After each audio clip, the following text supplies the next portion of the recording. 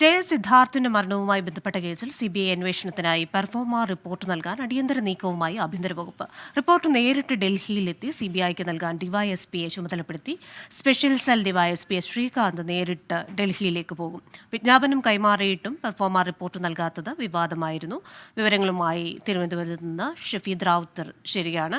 ഷഫീദെ, കഴിഞ്ഞ ദിവസം സിദ്ധാർത്ഥിന്റെ പിതാവ് അടക്കം പല ആരോപണങ്ങളും ഉന്നയിച്ചിരുന്നു, അവർക്കുള്ള ആശങ്കകൾ വ്യക്തമാക്കിയിരുന്നു.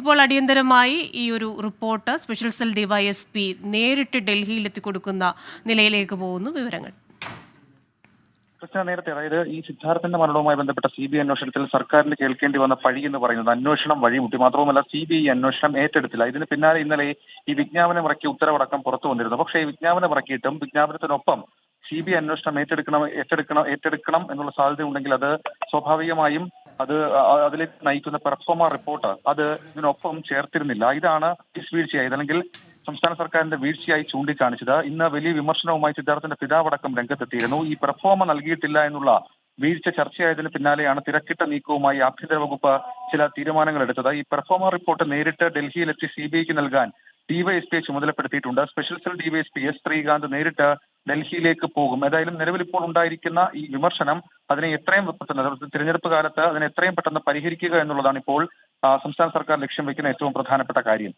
ക്രിസ്റ്റീന. ശരി, തിരുവനന്തപുരത്ത് നിന്ന് ഷഫീദ് റാവുത്തറാണ് വിവരങ്ങൾ നൽകിയത്.